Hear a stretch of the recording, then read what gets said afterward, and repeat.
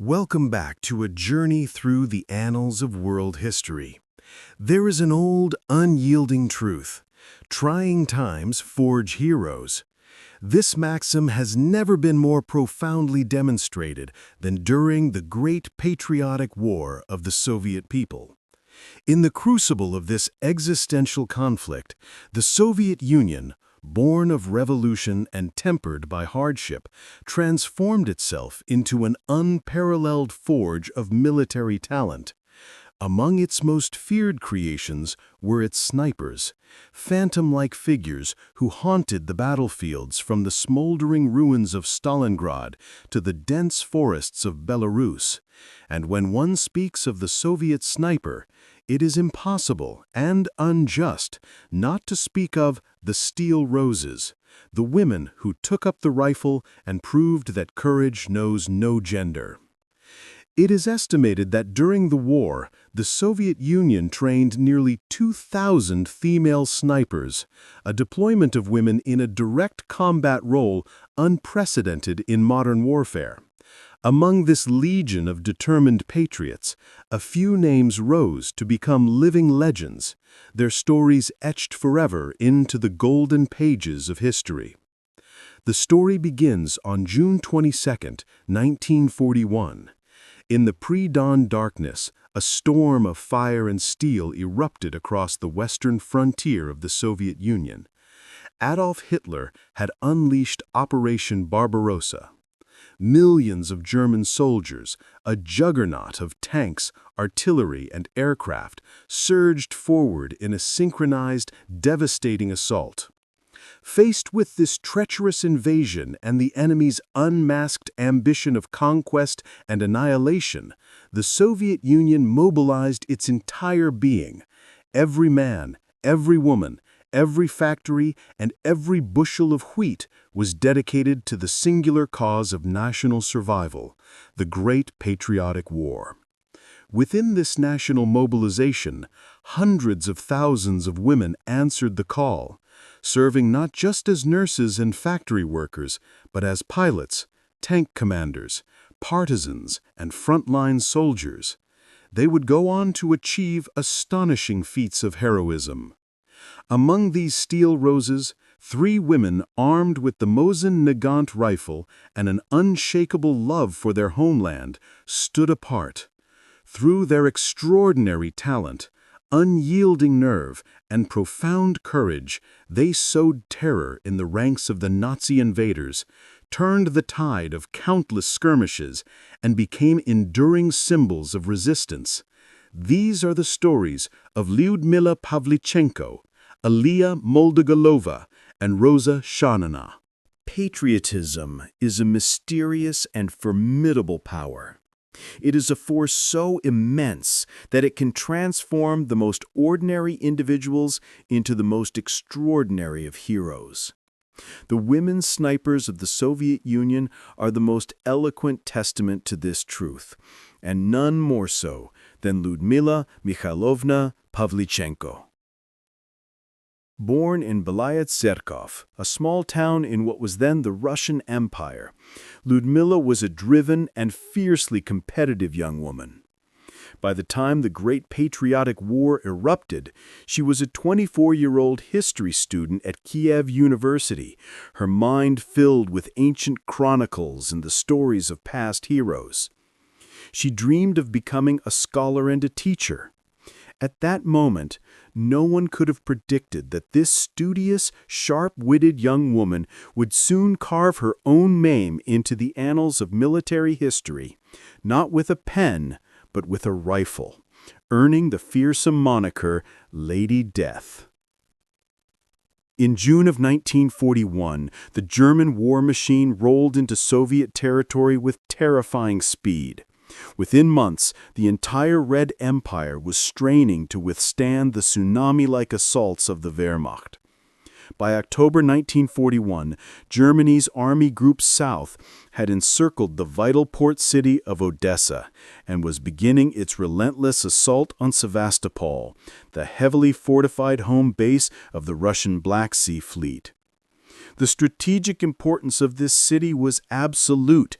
It was tasked with a mission that would determine the very survival of the Soviet Union, to hold the German army at bay, to bleed it white, and to buy precious time for the arrival of the Soviet Union's most crucial and unforgiving ally, General Winter.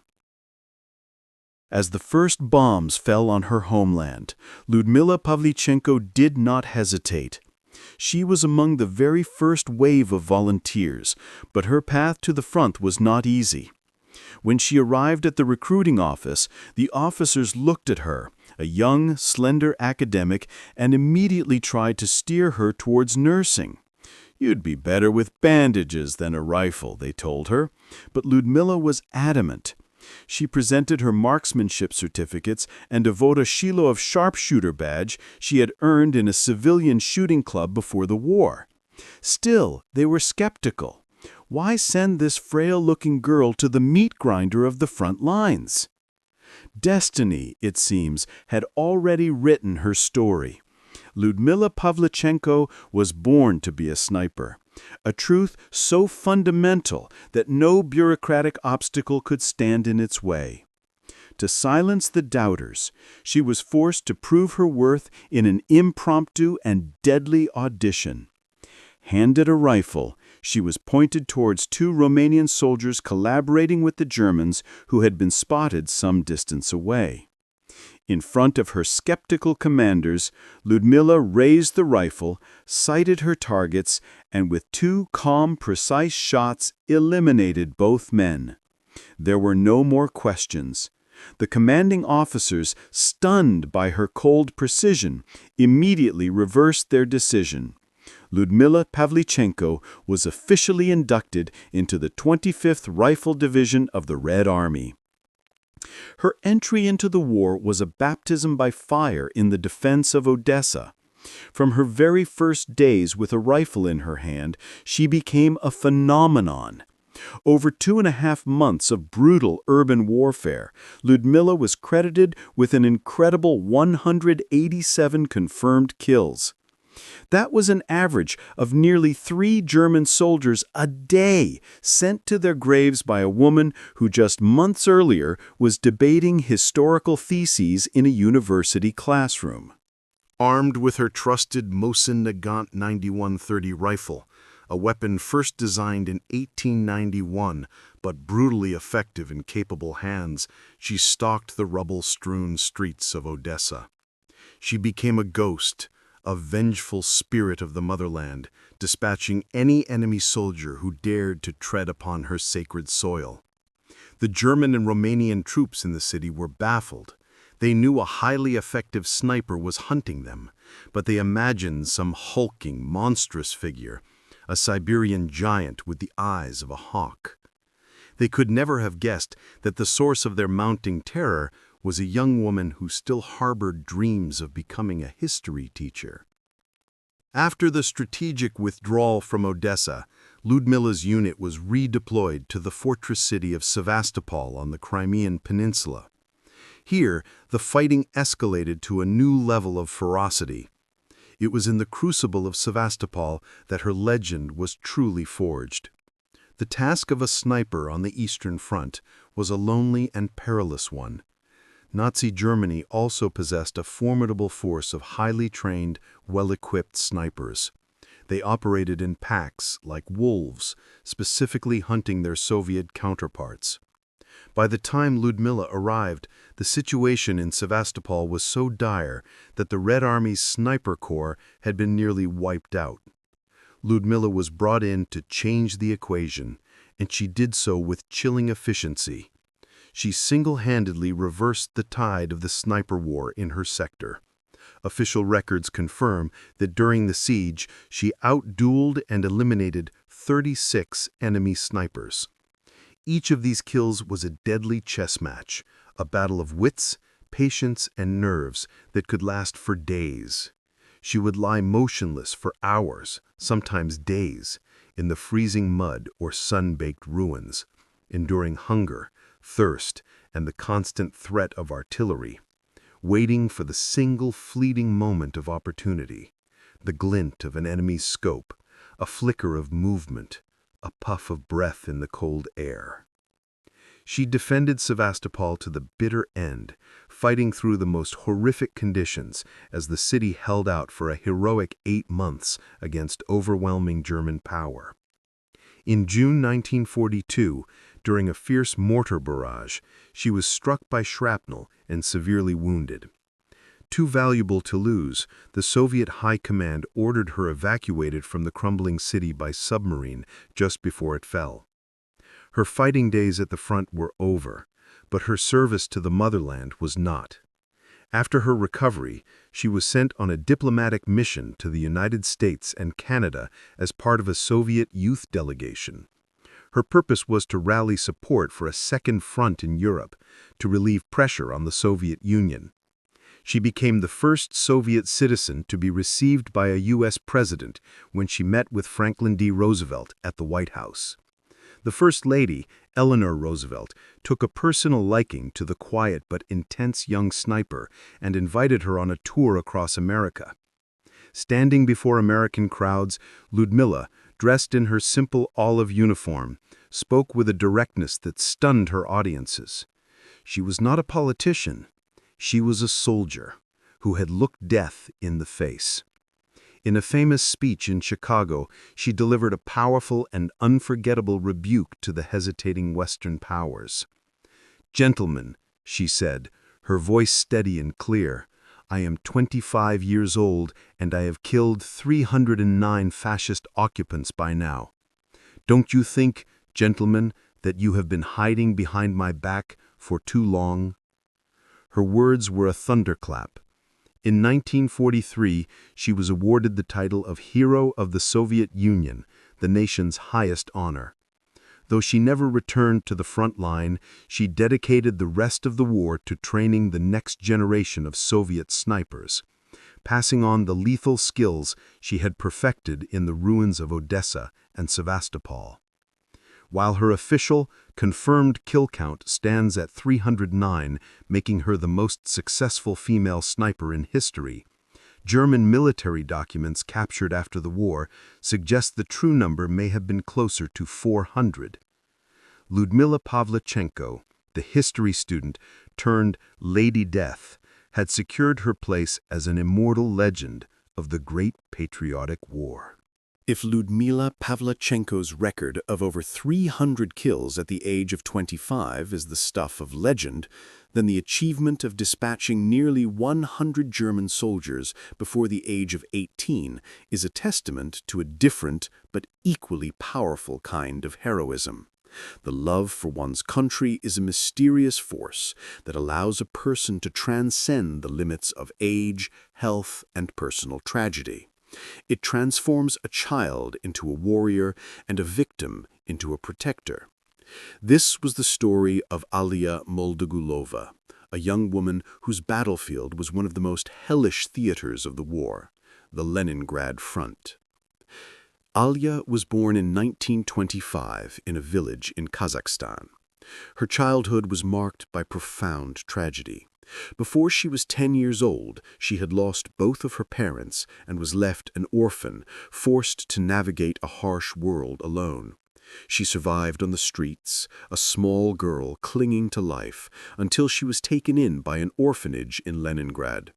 For a young Kazakh girl to travel from her homeland to Leningrad was a journey of over 3,800 kilometers, nearly 2,400 miles, a vast distance that mirrored the emotional chasm left by her loss. But Aliya was a survivor. She had already looked cruel fate in the eye and refused to be broken. Leningrad became her home. But in September 1941, this new home became a prison. The German army surrounded the city, beginning the infamous 872-day siege.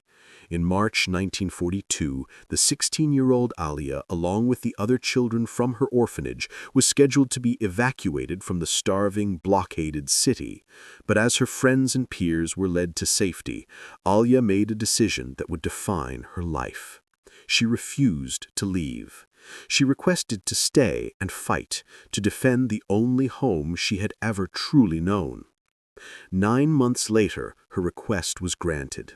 She was accepted into the Central Women's Sniper Training School. There, the petite, quiet girl with a gentle face transformed into a marksman of exceptional skill. She excelled in her training, demonstrating a natural talent for the craft, and was awarded a personalized, inscribed rifle by the school for her outstanding performance. In July 1943, she was sent to the front. She officially joined a sniper brigade in August of that year. From her first days in combat, it was clear that her training had not been in vain. In her first 2 months on the front line, this delicate-looking 17-year-old girl with a warm, disarming smile had already eliminated 32 Nazi soldiers. It was an astonishing record for any rookie sniper, let alone a teenage girl. Her comrades and commanders alike lauded Aliya for her incredible bravery. She was more than just a superb marksman. She was a complete soldier. When not in her sniper's hide, she would join infantry assaults, single-handedly capturing enemy soldiers. She worked with the logistics teams, carrying supplies to the front, and served as a medic, braving enemy fire to drag wounded comrades back from the battlefield. A miraculous strength seemed to flow through her, a power born from the love for a city that had given her shelter and a nation that had become her family. Her final battle took place in January 1944, during the Leningrad-Novgorod offensive, a massive Soviet push to finally break the siege. Aliya's unit was part of a fierce assault on a German-held railway junction. During the battle, their commander was killed, and for a moment the attack faltered. Without hesitation, Aliya rose to her feet. "For the motherland! Forward!" she cried, leading the charge herself. She was the first to storm the German trench, engaging in brutal hand-to-hand combat. During this fierce engagement, a German mortar shell exploded nearby, and she was mortally wounded by shrapnel. Even as she lay dying, she continued to fight, firing her rifle until her last breath. In her short but brilliant career, Aliya Moldagulova was credited with 78 confirmed kills. She died just a few months shy of her 19th birthday. On June 4, 1944, she was posthumously awarded the title of Hero of the Soviet Union. The story of the Kazakh orphan who gave her life to defend the city of Leningrad is a tale of almost mythic proportions. It became the basis for the 1985 film Snipers, forever immortalizing the young girl who turned personal tragedy into a shield for her nation. To become a teacher is a noble dream for many, a life dedicated to nurturing the future. But when a nation's very existence hangs in the balance, such dreams must be set aside. This was the path of Roza Shanina, a kindergarten teacher who transformed into one of the Soviet Union's most celebrated and iconic female snipers. In April 1944, in a muddy trench on the Belarusian front, a young Soviet woman squeezed the trigger of her Mosin-Nagant. The rifle kicked against her shoulder. "I killed one," she exclaimed, a mix of shock and grim satisfaction in her voice as she quickly slid back down into the trench. This first successful shot marked the beginning of a brief but legendary career for Roza Shanina. By the end of that year, she had become so famous for her lethal accuracy that German soldiers had given her a name of their own, the Unseen Terror of East Prussia. Roza was born in 1924 in a rural village, hundreds of kilometers from the city of Leningrad. From a young age, she was known for her extraordinary endurance and independent spirit. Her childhood story sounds like a folk tale. When her parents refused to let her attend high school because it was too far away, the 14-year-old Roza simply left. She walked for 50 kilometers, 30 miles, through the Russian wilderness to the nearest train station and made her own way to the northern city of Arkhangelsk to continue her education. This was the same iron will she would later bring to the battlefield. When the war crept closer to her new home and the Luftwaffe began bombing Arkhangelsk, Roza volunteered as an air raid spotter on the roof of the kindergarten where she taught. The war became brutally personal when she received news that her brother, Mikhail, had been killed in a bombing raid in December 1941. At that moment, a profound grief hardened into an unbreakable resolve. She would join the army and avenge her brother. She enrolled in the Central Women's Sniper Training School and graduated with honors in April 1944, on her 20th birthday. Her marksmanship was so exceptional that the school's instructors pleaded with her to stay on as a trainer. But Roza was determined to see combat. Her purpose was clear: to kill the invaders and exact retribution for her family and her country. She was assigned as a platoon commander in an all-female sniper unit of the 184th Rifle Division. Just 3 days after arriving at the Western Front, she claimed her first kill. A few days later, she had eliminated 10 more enemy soldiers. By May, only 1 month after her first kill, her accomplishments were so significant that she was awarded the Order of Glory 3rd Class.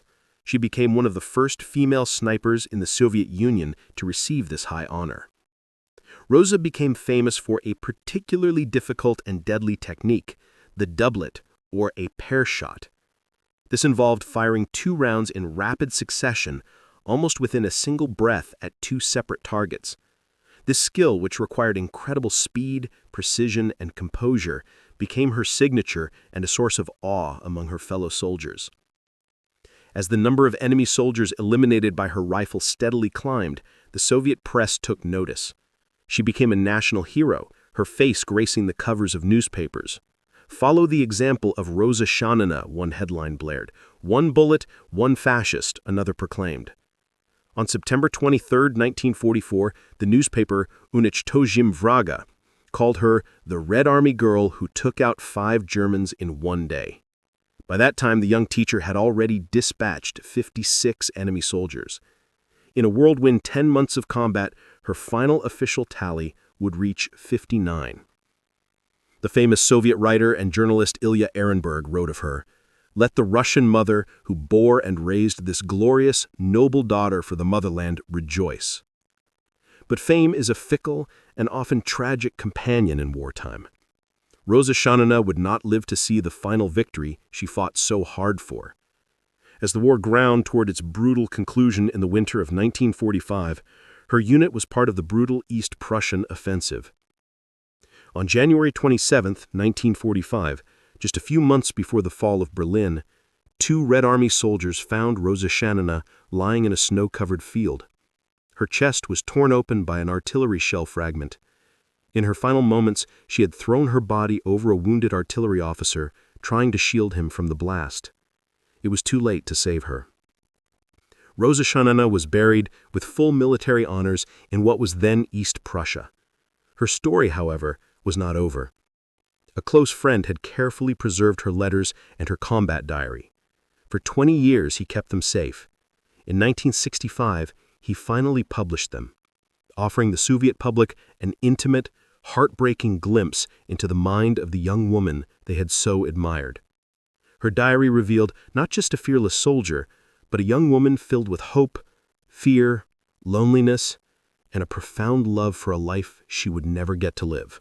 Lyudmila Pavlichenko, Aliya Moldagulova, and Roza Shanina are 3 of the most celebrated female snipers of the Red Army. But their stories represent a much larger truth. Of the approximately 2,000 women who graduated from Soviet sniper schools during the Great Patriotic War, only 500 survived. The rest fell on the battlefield, their youth and dreams sacrificed for the motherland. Their deaths, however, were not in vain. They became immortal, their courage forever enshrined in the heart of the Russian people and in the memory of a world they helped save from tyranny. They were ordinary women, students, orphans, teachers, who were called upon by history to do extraordinary things. They answered that call not with hesitation, but with a rifle in their hands and an unyielding fire in their hearts. They were the steel roses of the Soviet Union, and their legacy, like the echo of their rifle shots across the vast Eastern Front, will never fade.